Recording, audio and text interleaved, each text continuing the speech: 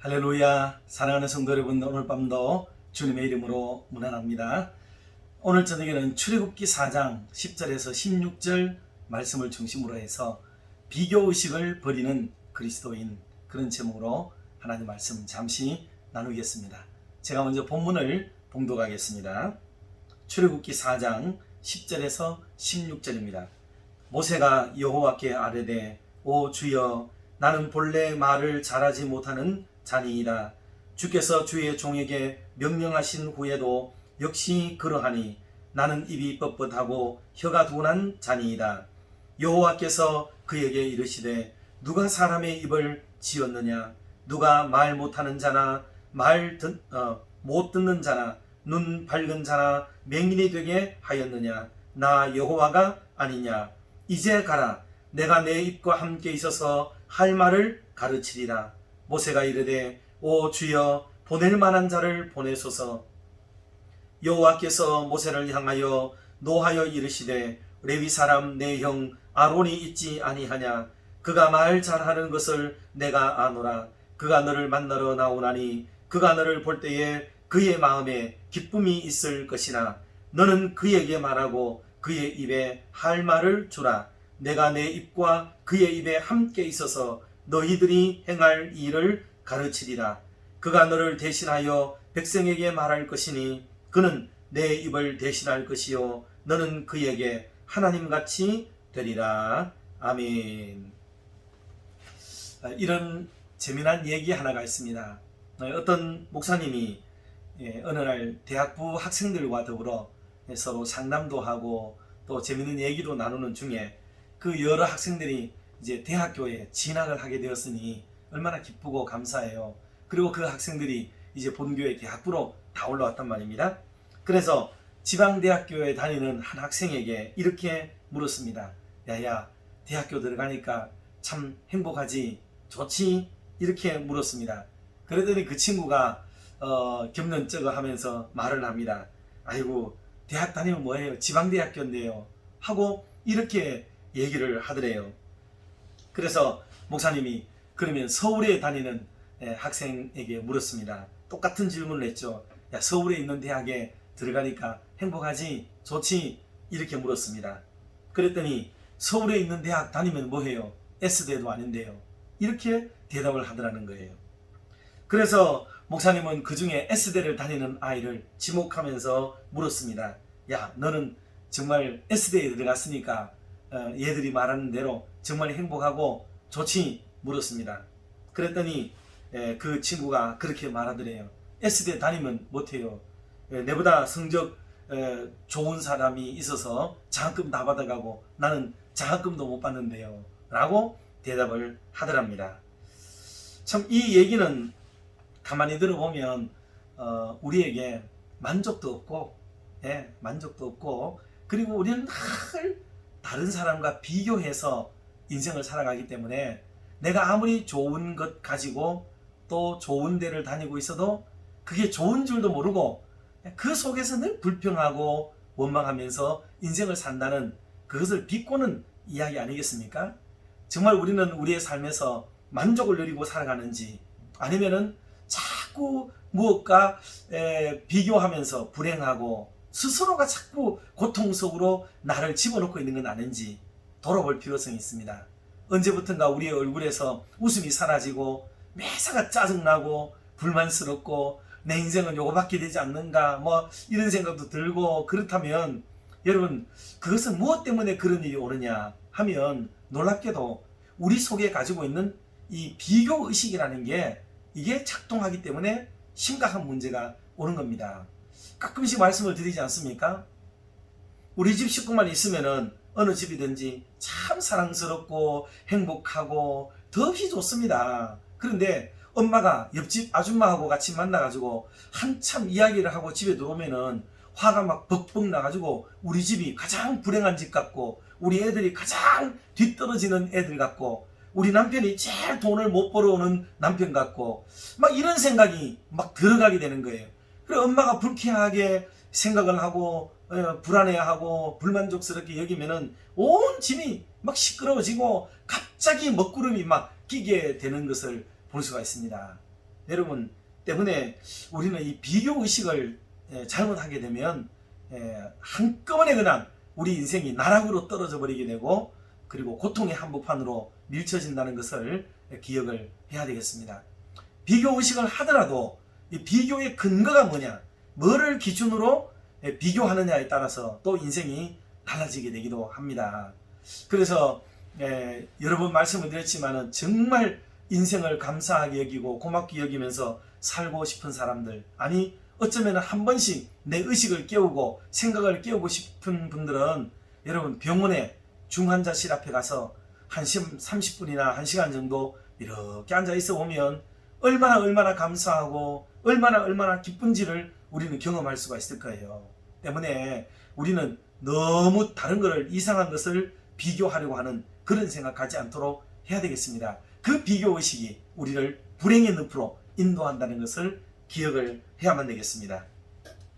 지난 주일 오후에 우리 강승거 목사님이 오셔서 여러 말씀을 주셨는데, 특별히 출애굽기에 나오는 말씀을 중심으로 해서 특별히 모세의 부르심이라는 그런 부르시는 하나님이라는 제목으로 말씀을 주셨죠. 그래서 모세의 부르심에 대한 말씀을 하시면서 우리 각자에게 도전도 주고 또 생각을 하게 했는데, 그 연장선상에서 그럼 구체적으로 하나님이 우리를 부르실 때에 어떤 모양으로 부르시는가에 대한 부분을 조금 더 다루고 싶은 마음이 생겨서 이 말씀을 오늘 새벽에도 그리고 저녁에도 함께 나누게 됩니다. 우리는 이 비교의식 때문에 끊임없이 남과 비교하는 동안에 불행을 자초하고 그리고 스스로의 자존감도 자꾸 떨어지게 되는 거예요. 여러분, 자존감이 왜 떨어지느냐 하면 이 자존감은 늘 남과 나를 잘못된 비교의식 속에서 하고 있기 때문에, 잘못된 비교의식을 하고 있기 때문에 스스로의 자존감이 자꾸 떨어져요. 나의 무기력해지고 나는 이렇게 작은 사람인가, 별 볼 일 없는 인생이단가 보다 자꾸 이렇게 자괴감을 가지고 추락하게 되는 이유는 잘못된 비교의식 때문에 그렇다 하는 겁니다. 이런 마음을 갖고 있는 사람에게 하나님이 그를 부르시고 또 그를 인정하고 그를 회복시키는 내용을 모세를 부르시는 장면을 통해 볼 수가 있거든요. 그럼 하나님은 어떻게 하셨는가 생각해 볼 때, 첫째는 하나님은 이 모세의 이름을 불러주시면서 회복시켜 주셨어요. 여러분, 모세라는 이름의 뜻은 건짐을 받았다, 물에서 건짐 받았다, 어떤 분들은 나일강에서 건짐 받았다, 이렇게도 말합니다. 자, 어떻든지 물에서 건짐을 받은 사람이 모세라는 뜻은 분명한 것 같습니다. 그런데 그는 도망자 신세였지요. 도망자였습니다. 그런데 이 도망자라는 말의 의미는 그는 실패한 인생이 되었다는 거예요. 사람들로부터 잊혀져야 되고, 그리고 왕궁으로부터 쫓기는 사람이 되어지고, 그리고 히브리 민족으로부터도 쫓기는 사람이 되었죠. 얼마나 불행한 일이 됩니까? 그러니 그 험준한 미디안 광야로 쫓겨나게 되는 그런 비참한 삶을 살게 되는 거예요. 철저하게 낮아지고 꼬꾸라지고 실패하고 불행의 한가운데로 던져진 그런 인물이라고 볼 수 있습니다. 어제 아래까지만 하더라도 그 애굽 왕궁에 그 붉은 카페트를 밟으면서 다녔고 곧 왕위 계승자라는 희망을 가졌던 사람이 모세 아니겠습니까? 그런데 이게 웬 말입니까? 베두인이라고 일컬을 수 있는 그런 낙후되고 천막 생활을 하고 또 돌아가면서 이렇게 이동생활, 유목생활을 하는 듯한 그런 모습으로 살아가는 아주 질 낮은 사람의 모양새로 자신의 모습과 처지가 뚝 떨어져 버렸단 말이죠. 그러니 그의 마음에는 어떤 생각이 들었겠습니까? 모세라는 이름도 부르지 않습니다. 부를 수가 없죠. 왜? 모세를 찾느라고 난리인데 모세라는 이름을 쓰면 되겠어요? 모세를 안 부릅니다. 그런데 하나님이 이 시내산 꼭대기에서, 호렙산 꼭대기에서 그를 부르셨죠. 모세야, 모세야 라고 불렀습니다. 참 이거는 놀라운 일이죠. 얼마나 놀랐겠습니까? 그는 40년 동안 자기의 이름 없이 숨겨진 이름으로 살았던 거죠. 그런데 하나님이 그를 깨우시는 거예요. 모세야, 모세야. 그 이름, 사용하지 않던 이름, 실패받던 인생, 그런 그 이름 아니겠어요? 그런데 하나님이 그를 불러주셨다 하는 겁니다. 그러면서 그 말의 의미는 모세, 너를 내가 지었고 내가 너와 함께하고 그리고 내가 늘 지켜보고 있었다 하는 모든 내용을 함축하는 표현이 바로 하나님이 불러주신 바로 그거예요. 그러니 하나님이 우리를 부르실 때는 저와 여러분에게도 마찬가지입니다. 좌절하고 낙담하고 실패하고 부끄럽고 수치스럽고 낭망스럽고, 우리 스펙도 안 되고 외모도 안 되고 그리고 능력도 없고 재력도 모자라고 그런 사람일 수 있습니다. 모세 역시 그렇게 미디안 강내로 쫓겨갔을 때에 그 모양새는요 정말 처절했습니다. 지난날과 비교하면 더욱더 그런 거 아니겠습니까? 그러니 그런 비교의식 속에 자기 스스로의 마음은 완전히 꼬꾸라져 있는데 하나님이 그를 일깨우듯이 모세야 모세야 부르신 거죠. 그러니 오늘도 저와 여러분을 하나님이 존귀 여기시고 우리 각자의 개체를 귀하게 여기셔서 우리 있는 자리에서 하나님이 우리 이름 호명하고 계시다는 거예요. 주님이 내 이름 불러주는 거. 마지막 날에도 우리가 천사들 앞에서와 또 주님 앞에서 주님이 우리를 불러주시는 이름 있잖아요. 내 이름 막 석자 불러줄 때 얼마나 기쁘고 감격스럽겠습니까? 예! 하고 막 쫓아나가야 되죠. 그런 마음으로 내 이름을 불러주시는 하나님을 오늘도 이 밤에 한번 기억하시기를 바라겠습니다. 그리고 두 번째는 내가 너를 도와줄게 하는 모습으로 하나님이 다가오세요.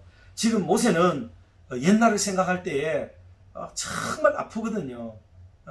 그 애굽 사람을 죽이고 그리고 히브리 사람끼리 싸우고 있으니까 그거 말리는데 왜? 너 지난번 애굽 사람 죽인 것처럼 우리도 죽이려고 그래? 라고 말하면서 히브리 사람에게도 쫓겨나와야 되는 그 처지에 있었지 않습니까? 얼마나 고통이에요. 그리고 난 뒤에 40년 동안 도망자로 지내는 40년의 생활은 정말 자신감도 잃고 용기도 잃어버리고 그리고 젊을 때도 못했던 일인데 하나님이 지금 부른다고 뭐 되겠는가고 막 생각할 수 있잖아요. 하나님 저 못합니다. 보낼 만한 사람 보내세요. 나 끝났습니다. 하면 옛날에 가장 잘 나갈 때 가장 좋을 때도 내가 쓰임받지 못했는데 지금 이 모양새를 한번 보세요. 하나님 내가 지금 뭔 일을 한단 말입니까? 뭐 등 이런 게 다 깔려있는 말이죠. 그런데 주님이 12절에 보니 이제 가라. 내가 내 입과 함께 있어서 할 말을 가르치리라 하고 말씀을 하십니다. 참 놀라운 거죠. 하나님이 우리를 하시도록 그 형편, 처지, 입장, 그 상황, 내용을 다 알고 계시다는 거예요. 그러니 너는 할 수 있어. 내가 너를 도와주기 때문이야. 이 말씀을 하나님이 하시고자 하는 핵심이에요. 성도 여러분들, 오늘도 저와 여러분이 인생 사는 동안에 참 무너지고 실패하고 남과 비교해 볼 때에 정말 자신감을 잃어가고 비교만 해보면 나는 인생이 요만큼밖에 되지 않는가 생각될 때도 얼마나 많겠습니까? 우리 학생들도 마찬가지고요. 그런데 그렇게 생각할 것 없습니다. 하나님이 우리를 도우시면 우리 인생은 한 방에 끝이 나고 새로운 국면을 맞이하게 되고 전화위복의 역사가 있게 되고 일취월장 성장하게 되는 아름다운 축복이 있게 될 줄로 믿습니다. 주님이 나와 함께 계시는가 그렇지 않은가가 가장 중요한 관건이지 내 주변에 뭐 스펙이라든가 재능이라든가 능력이라든가 이런 것들 이것 가지고 승패를 걸 수 있는 것은 아니다. 그런 것은 작은 자기 성취를 위해서는 필요하지만은 하나님이 쓰시고자 하는 큰 일을 위해서는 오히려 무능한 자, 연약한 자, 부족한 자, 모자라는 자 그런 자들을 하나님은 쓰시기를 더 기뻐하셨다 하는 것을 생각하면서 하나님이 우리의 부족을 채워주시고 연약함을 보충해 주시고 없는 것을 있게 만드시는 이 아름다운 은혜를 우리가 꼭 경험할 수 있는 저와 여러분이 되기를 주님의 이름으로 축원합니다. 마지막 세 번째는 너를 위해서 내가 너를 지금 준비했다. 너를 준비했다. 그리고 너를 위해서 내 형도 준비했고 그래서 너가 하나님의 일을 감당하기에 부족함이 없도록 내가 채우고 돕고 만들고 붙이고 하겠다. 그 말씀을 하나님이 하시는 거예요. 사실 모세는 지금 80세가 되어서 부름을 입으신 거거든요. 그런데 그 80세가 됐다고 해서 뭐 바로를 만나고 싶다고 만나지겠습니까? 참 어려운 거죠. 그런데 가만히 모세의 삶을 들여다보니 하나님이 정말 계획이 있으셨던 거예요. 다시 말해서 그냥 하나님이 모세에게 어떤 능력을 단순히 준다는 이런 개념이 아닌 것 같아요. 이게 무슨 말씀이냐 하면 모세가 쓰임받을 때가 80인데 이전에 애굽을 알 때 40년이에요. 애굽을 잘 알았죠. 애굽에 아주 뭐 제2인자, 제3인자 등으로 이렇게 있으면서 통치권자의 교육을 받으면서 애굽의 학술과 문화 모든 걸 배웠을 때가 있었습니다. 그런데 그 모든 것은 애굽을 잘 아는 거예요. 애굽을 잘 아는 거죠. 그런데 하나님이 지금 미디안 강녀로 불러내어서는 뭐를 잘 알게 만드느냐 하면 히브리 민족, 히브리 역사를 잘 알게 하는 거예요. 이게. 여러분, 이 양쪽을 배우게 만드는 거죠. 그러니 우리가 생각할 때는 어느 한 사람이 무엇을 채워서 담아서 쓸만한 사람이 된다고만 생각을 하기 쉬운데, 하나님이 일하시는 방법은 놀랍게도 이쪽 사람이 저쪽의 형편을 다 이해하고 배우도록 만들어서 이쪽도 알고 저쪽도 아는 중보적 역할을 감당하도록 만드는 게 하나님이 쓰시는 일꾼들의 놀라운 패턴이라는 것을 우리가 알 수가 있습니다. 우리가 사도행전 강해를 쭉 우리가 들었는데, 여러분, 사도행전의 핵심 인물은 앞쪽에는 베드로, 뒤쪽에는 바울입니다. 그런데 바울 같은 경우에는요, 이 베드로 같은 경우에는 나중에 그런 유대인의 모습은 철저하게 가지고 있었죠. 그런데 이방인으로 가는 데는 베드로가 잘 안 됐어요, 이게요. 물론 나중에 베드로 후서 전후서를 읽어보고 이래 하면은 조금 달라지는 모습은 보이지만, 실제로 바울 같은 경우는 완전히 다릅니다. 그는 철저하게 유대라는 나라를 잘 압니다. 유대와 유대교와 그 유대 사람들을 다 알아요. 그리고 그의 출신은 어디냐면 길리기아 다소 사람이기 때문에 이방인에 대해서 관심이 많습니다. 헬라에 대한 관심이 많고요. 학문도 아주 훌륭한 학문을 배워서, 그래서 바울의 가장 큰 장점은 그냥 바울이라는 인물이 훌륭하게 되었다라는 이런 것으로만 말하기에는 부족하도록, 그래서 이쪽도 잘 알고 저쪽도 잘 아는 사람이 되어서, 그래서 세계 복음화에 임하지 인물이 되도록 하나님이 만드셨다는 게 그게 주안점이거든요. 그런 면에서 모세도 애굽을 잘 알고 히브리 민족도 잘 알게 돼요. 그래서 하나님이 이 사람이야말로 애굽에서 탈출해내게 만드는, 그런 엑소더스를 하게 만드는 리더가 되도록 만드는 이 지도자로 하나님이 예비하시는 거죠. 성도 여러분, 이 교리적으로 볼 때에 우리의 구원자는 누굽니까? 예수님이시죠. 예수님이 우리의 구원자가 될 수 있는 이유가 뭔지 아세요? 그냥 예수님께 능력이 있어서 우리 이렇게 생각할 수가 있습니다.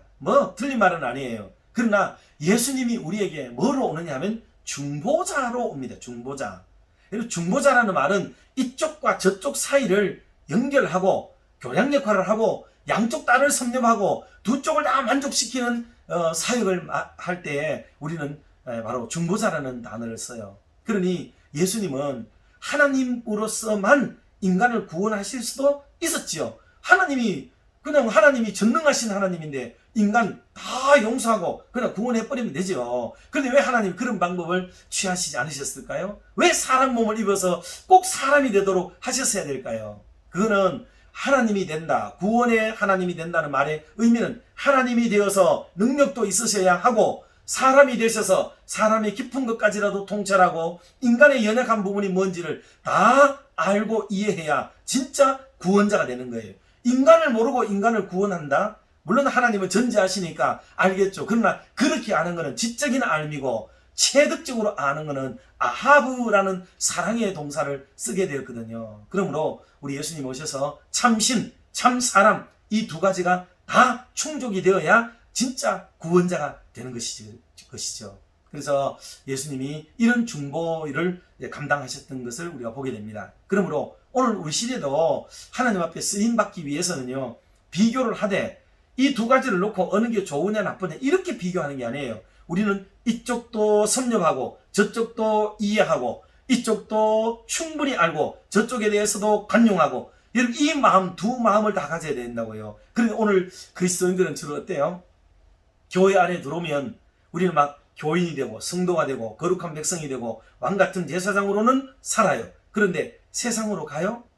우리의 출신과 출처는 다 세상인데 우리는 세상을 끊어야 된다고만 생각하거든요. 근데 이거는 기독교는 아니에요. 이거는 불교적 성향이 강한 겁니다. 불교나 천주교는 수양 종교거든요. 그렇기 때문에 그네들은 자기 수양을 위해 가지고 자기 경건에 이르기 위해서 그들은 더 이상 죄된 거 끊어버리고 죄와는 멀리 살고 완전히 그 악한 세상하고는 연결을 차단시킴으로 인해서 자기의 거룩함이 있다고 믿는 방식이에요. 이게 수도사들과 수도승들이 하는 건데 이 방식은 옳은 게 아니라는 것을 우리는 여러 차례 말씀을 들었습니다. 그럼 어떻게 해야 되느냐? 우리는 거룩한 백성으로 하늘을 맛보고 사는 사람이에요. 그리고 오늘 저 세상 가운데 우리가 지난날 살았던 삶의 방식대로 내가 살았던 그 더럽고 추한 곳에 사는 사람들, 허덕이고 있는 사람들이 많단 말이죠. 그러니 그들에게로 우리가 십자가 지고 세상을 보내라는 찬송가 가사처럼 주님 안에서 은혜도 누리고 그리고 받은 은혜와 사랑과 축복을 가지고 저 힘겨운 세상을 함께 바라보면서 구원하는 이 교량적 역할, 중보적 사역을 감당해야 되는 거예요. 우리는 중보자는 아니지만 중보적 사역을 감당해야 될 사람들이다 하는 겁니다. 그래서 하나님이 모세를 부르셔서 너 애굽 잘 알잖아, 너 히브리 민족 잘 알지, 이 두 가지를 충족시킬 수 있는 네가 지금 히브리 민족의 그 고난의 현장으로 가서 그들을 탈출시키고 구원해내야 돼, 구출해내야 돼 라고 하나님이 지금 명령하고 계시는 그 장면이 오늘 본문의 장면입니다. 그러므로 사랑하는 성도 여러분, 우리가 잘못된 것 앉아가지고 비교하면서 스스로를 나락으로 고통으로 한숨 속으로 몰아넣어 가지 말고 오히려 우리가 이쪽 저쪽을 충분히 가늠하고 이해하고 받아들이고 배우고 내 가슴 속에 녹이고 내 삶에서 녹여서 하나님 앞에 이 양쪽을 다 아름답게 세워드리는 그런 멋있는 사람이 될 때에 주님이 기뻐하는 아름다운 일꾼이 된다는 것을 기억해야 되겠습니다. 기억하십시오. 저와 여러분은 남과 비교의 대상이 되는 게 아니고 우리 한 사람 한 사람은 하나님이 지으신 독특하고 특별한 존재라는 것을 기억하고 우리 각자에게 주신 이 사역을 감당하여 우리 하나님의 기쁨을 드리는 저와 여러분들의 남은 생에 부르심에 응답하는 아름다운 삶을 살아가는 저와 여러분 다 되시기를 주님의 이름으로 축원합니다. 기도하겠습니다. 오늘도 우리의 연약함을 잘 아시는 하나님 아버지, 이 밤에 말씀 듣고 우리 자신의 모습을 돌아봅니다. 언제부턴가 행복이 사라지고 웃음도 잃어버린 채 늘 얼굴 가득 불만과 불평으로 가득 찬 채 삶을 살아가는 우리가 아닌지 점검해 봅니다. 비교의식이 우리에게 자리 잡는 순간 그만 우리는 더 이상 기쁨과 즐거움을 잃어버리게 되고 늘 짜증과 불만 섞인 목소리로 인생을 살아가게 됩니다. 오늘 주신 말씀 부여잡고 비교의식에서 나를 해방시키는 은혜를 주시옵소서. 때때로 마음 가득 일어나는 질투와 시기심으로 저희들의 마음이 편안하지 못했음을 또한 회개합니다. 쓸데없이 남과 비교하지 않게 하시고 시기와 질투의 그 악한 영들이 우리를 덮지 못하도록 저희들을 성령으로 붙잡아 주시옵소서. 또 지금의 고난이나 상처가 하나님이 더 크게 쓰시고자 하는 하나님의 계획이며 은혜를 체험하는 과정임을 깨닫고 세상적 욕심과 열등감에서 벗어나 주님의 사랑으로 가슴을 채워가는 믿음의 삶을 살아가도록 인도하여 주시옵소서. 하나님, 오는 주일에 있을 교사 단기 대학을 통해 우리 모든 선생님들이 새 힘을 얻고 용기를 가지며 더욱 사명에 젖어서 맡겨주신 생명들을 잘 돌보며 양육할 수 있도록 크신 은혜를 입혀 주시옵소서. 11월 17일에 있을 수능을 위해 애쓰는 우리 교회 14명의 수험생들에게 지혜와 총명 그리고 기억력을 다하여 주셔서 근본 수능 잘 치게 하셔서 좋은 성적 거두며 원하는 대학의 문을 활짝 열어주셔서 미래 일꾼들로 세워지는 은혜를 허락하여 주시옵소서. 하나님, 벌써 2022년을 마감하며 2023년을 준비하는 각 기관의 정기총회가 하나님 몇 주 앞으로 다가왔습니다. 한 해를 잘 결산 마무리하게 하시고 새해에 대한 비전을 다 같이 꿈꾸는 은혜로운 기간들이 되도록 역사하여 주시옵소서. 또한 11월 5일에 있을 해피트립에도 관심 가져주셔서 참여하는 모든 성도들에게 위로와 기쁨의 시간들이 되도록 준비하며 진행할 모든 일꾼들에게 역사하여 주시옵소서. 오늘 밤도 우리의 가족들과 떨어져 지내는 모든 일가 친척들에게까지 은혜를 베푸시며 특별히 우리 한우들에게 더욱 크신 은혜를 베푸시사 속히 치유와 회복의 은혜를 덧입게 하여 주시옵소서. 이 모든 말씀을 우리 주 예수 그리스도의 이름으로 기도드리옵나이다. 아멘. 감사합니다. 사랑하고 축복합니다.